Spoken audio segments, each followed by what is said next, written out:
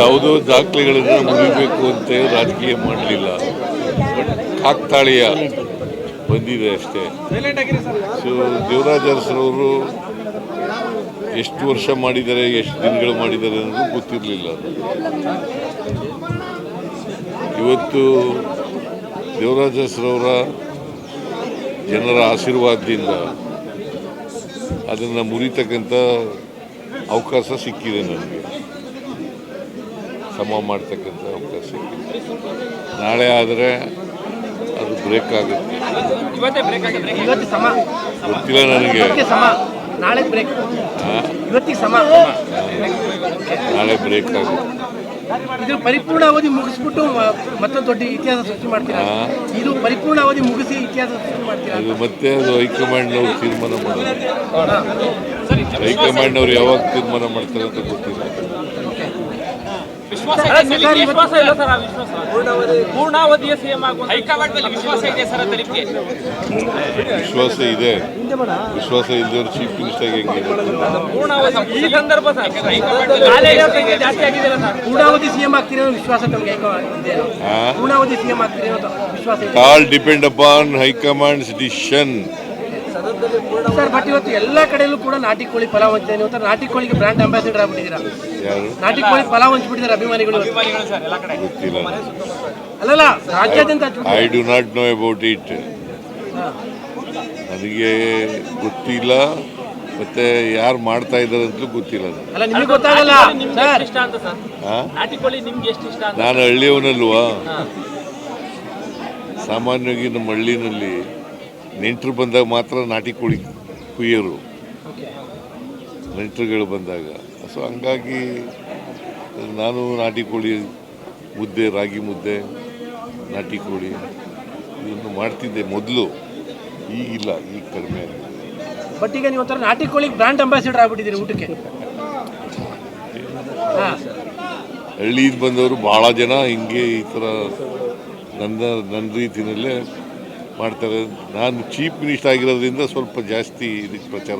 ರಾಜಕಾರಣ ಖುಷಿ ಕೊಟ್ಟಿದೆ ಸರ್. ಇಷ್ಟು ವರ್ಷದ ರಾಜಕಾರಣ ಖುಷಿ ಕೊಟ್ಟಿದೆ ಸರ್ ಅಂತ ತೃಪ್ತಿ ಇದೆಯಾ? ಖುಷಿ ಇದೆಯಾ? ತೃಪ್ತಿ ಇದೆ. ಯಾಕಂದರೆ ಜನರಿಗೆ ಕೆಲಸ ಮಾಡೋದೇ ಖುಷಿ.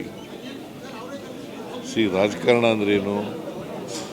ಬಡವರು, ದಲಿತರು, ಹಿಂದುಳಿದವರು ಅವ್ರಿಗೆ ನ್ಯಾಯ ಕೊಡಿಸ್ಕೊಡ್ತಕ್ಕಂಥದ್ದು, ಅವ್ರ ಕೆಲಸ ಮಾಡಿಕೊಡ್ತಕ್ಕಂಥದ್ದು. ಬಟ್ ಯಾವತ್ತಾದ್ರೂ ಅನ್ಕೊಂಡಿದ್ರ ಸರ್ ಈ ಥರದೊಂದು ರೆಕಾರ್ಡ್ ಮಾಡಬಲ್ಲೆ ನಾನು ಒಬ್ಬ ಸಿದ್ದರಾಮಯ್ಯನಿಂದ ಬಂದ್ಬಿಟ್ಟು? ನಂಗೆ ಗೊತ್ತೇ ಇಲ್ಲ. ನಾನು ಭಾಳ ಹೆಚ್ಚಂದರೆ ಒಂದು ಸಾರಿ MLA ಆಗಬೇಕು ಅಂತ ಅಂದ್ಕೊಂಡಿದ್ದೆ.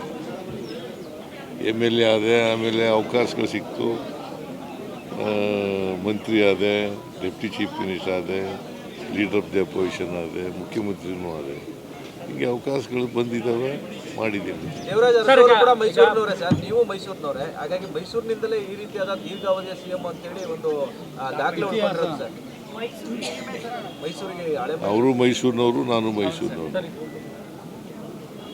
ಆದರೆ ಕಾಲ ಬೇರೆ ಬೇರೆ, ಕಾಲಘಟ್ಟ ಇದೆಯಲ್ಲ.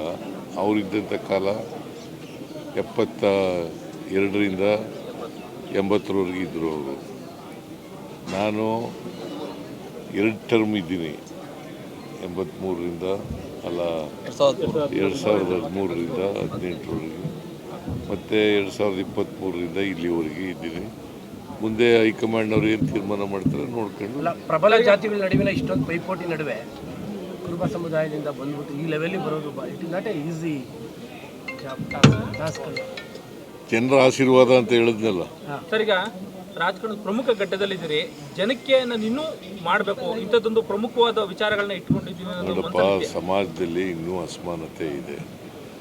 ಅಸಮಾನತೆ ಹೋಗೋವರೆಗೂ ನಾವು ಸಾಮಾಜಿಕ ಎಲ್ರಿಗೂ ನ್ಯಾಯ ಸಿಕ್ಕವರೆಗೂ ಹೋರಾಟ ಮಾಡ್ತಲೇ ಇರ್ತೀವಿ, ಮತ್ತು ಆ ಜನಗಳ ಕೆಲಸ ಮಾಡ್ತಲೇ ಇರ್ತೀವಿ. ಸಾಕಷ್ಟು ಪ್ರೋಗ್ರಾಮ್ ಕೊಟ್ಟಿದ್ರಲ್ಲ ಸರ್, ಈಗ ನಾನು ಇನ್ನೂ ಜನಕ್ಕೆ ಈ ತರದ್ದು ಇನ್ನೂ ಮೈಸೂರಿಗೆ ಅಥವಾ ರಾಜ್ಯಕ್ಕೆ ಹೊಸ ಈ ಬಾರಿ ಮನಸ್ಸಲ್ಲಿರೋ ಪ್ರೋಗ್ರಾಮ್ ಬಜೆಟ್ನಲ್ಲಿ ಬಂದ ಮೇಲೆ ನೋಡಿ.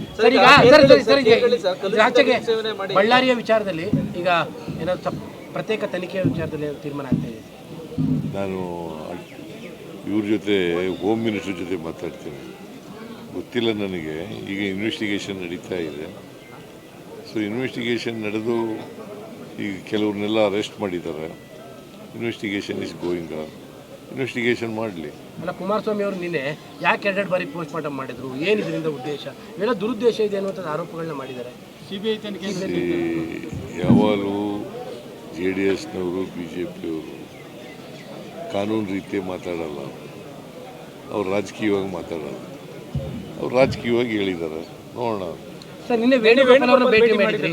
ವೇಣುಗೋಪಾಲ್ ಅವರು ವೇಣುಗೋಪಾಲು ಇದರಿಂದ ವಯನಾಡಿಂದ ಈ ಕಡೆ ಬಂದು ಬೆಂಗಳೂರಿಗೆ ಹೋದರು. ಬೆಂಗಳೂರಿಂದ ಡೆಲ್ಲಿಗೆ ಹೋದರು. ಹಾಗೇ ಮೈಸೂರು ಬಂದ್ರಲ್ಲ, ಭೇಟಿ ಮಾಡೋಣ ಅಂತ ಮಾಡಿದ್ದೆ.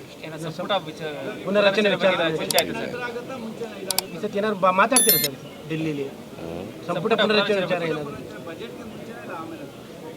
ನೋಡೋಣ, ಅವ್ರು ಕರೀಲಿ ಮಾತಾಡ್ತಾರೆ. ಸರ್, ಈಗ ಭೋಗದಿ ಪಟ್ಟಣ ಪಂಚಾಯತ್ ಒಂದು ಹುಡುಗ ಕೆಲಸ ಮಾಡ್ತಾ ಇದೆ ಸರ್. ಕೇರ್ಗಳ್ಳಿಯಲ್ಲಿ ಕಲುಷಿತ ನೀರು ಸೇವನೆ ಮಾಡಿ ಒಂದು ಹುಡುಗ ಸತ್ತೋಯ್ತು. ಅದಕ್ಕೆ ನೀವು ಕೆಲಸ ಕೊಡ್ತೀನಿ ಅಂತ ರಿಟ್ವೀಟ್ ಮಾಡಿ ಅವ್ರನ್ನ ರಿಲೀವ್ ಮಾಡಬೇಕು ಅಂತೇನೋ ಇದಾಗ್ತಿದೆ. ಇಲ್ಲಿ ಯಾರು ಡಿ ಸಾಲುಂಡಿ ಹುಡುಗ ಸರ್, ನಮ್ಮ ಗಮನಕ್ಕೆ ತರ್ತಾ ಇದೀವಿ ವಿಚಾರ. ಹುಡುಗ ನೋಡೋಣ, ನಾನು ವಿಚಾರ ಮಾಡ್ತೀನಿ.